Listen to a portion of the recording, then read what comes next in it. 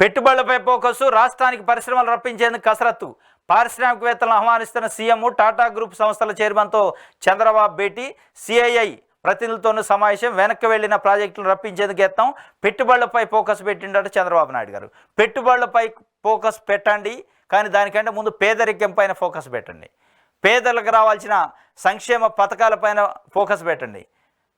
SC ST BC minority వర్గాలకు చెందిన బడుగు బలహీన వర్గాలకు చెందిన విద్య పైన ఫోకస్ పెట్టండి.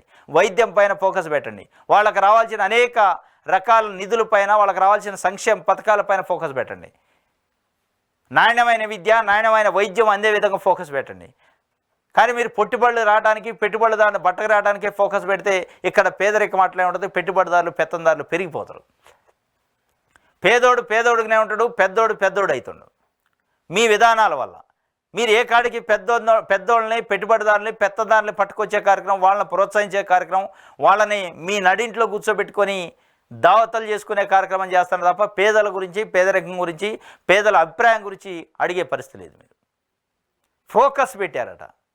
ఈ ఫోకస్ 2000 సంవత్సరం నుంచి ఫోకస్ చూస్తూనే ఉంది. 99 2000 సంవత్సరం నుంచి చూస్తూనే ఉన్నాం ఈ ఫోకస్. ఈ పెట్టుబడుల ఫోకస్ చూసినాం. కానీ పేదోడు పేదోడుగా ఉండు, పెద్దోడు పెద్దోడు అయిండు. పేదోడు పైకి వచ్చింది లేదు, పెద్దోడు అయింది లేదు.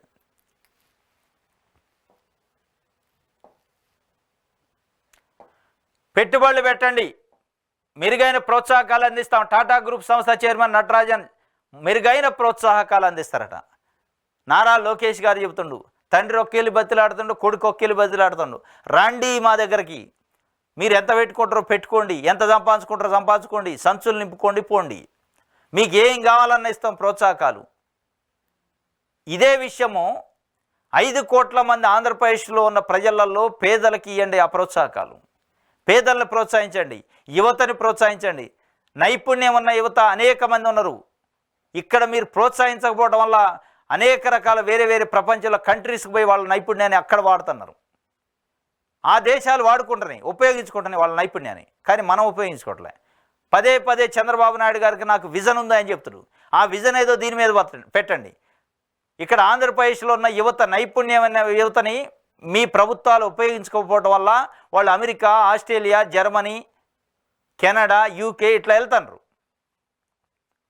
ఆ యువతని మన దేశంలో, మన ప్రాంతంలో ఉపయోగించుకుంటూ వాళ్ళ సేవల్ని, వాళ్ళ నైపుణ్యాన్ని ఉపయోగించుకొని వాళ్ళే ఉద్యోగాలు, ఉపాధి క్రియేట్ చేసే విధంగా మీరు ప్రోత్సహించండి. వాళ్ళని ప్రోత్సహించాల్సింది పోయి ఎవరినో పట్టుకొచ్చి మీకు ఏం కావాలన్నా మేము ప్రోత్సహిస్తాం, మీరు రాండి పెట్టుబడులు పెట్టండి అంటున్నారు. దీని వెనక్కున్న మతలబ్ ఏంటంటే, మన దగ్గర ఉన్న స్కిల్డ్, మన దగ్గర ఉన్న నైపుణ్యం ఉన్న వాళ్ళ కంపెనీలు పెట్టిస్తే, మన దగ్గర ఉన్న నైపుణ్యం ఉన్న వ్యక్తులతో కంపెనీ పెట్టిస్తే ఆ నైపుణ్యాన్ని వాడుకుంటే ఇక్కడ మంచి అద్భుతమైన ఫలితాలు వస్తాయి. పెట్టుబడులు, వాళ్ళు బ్యాంకులు పెట్టుబడులు పెడతాయి, లోన్లు ఇస్తాయి, వాళ్ళు అభివృద్ధి అవుతారు, వాళ్ళు ఇంకొక 10 మందికి ఉపాధి ఇస్తారు, ఉద్యోగాలు ఇస్తారు, కొన్ని లక్షల మంది బాగుపడతారు. మన వాళ్ళే ఇండస్ట్రీ పెట్టుబడిదారులు అవుతారు, మన వాళ్ళే పారిశ్రామికవేత్తలు అవుతారు, మన వాళ్ళే దాంట్లో ఉద్యోగాలు చేస్తారు.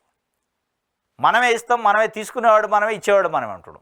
కానీ దీని వెనక్కున్న అబ్జెక్షన్ ఏంది, అభ్యంతరం ఏంది రాజకీయ నాయకుల కంటే, మనవాడైతే అడగైది కాదు, వీళ్ళ బేరసారాలు మన వాళ్ళతో ఇచ్చేది కాదు, బయటపడతాయి. కాబట్టి బయటోడైతే, బడాబాబులు అయితే లోపల 4 గోళ్ల మధ్యలో గుట్టి చప్పుడు కాకుండా కథంతా సుఖాంతం అయింది.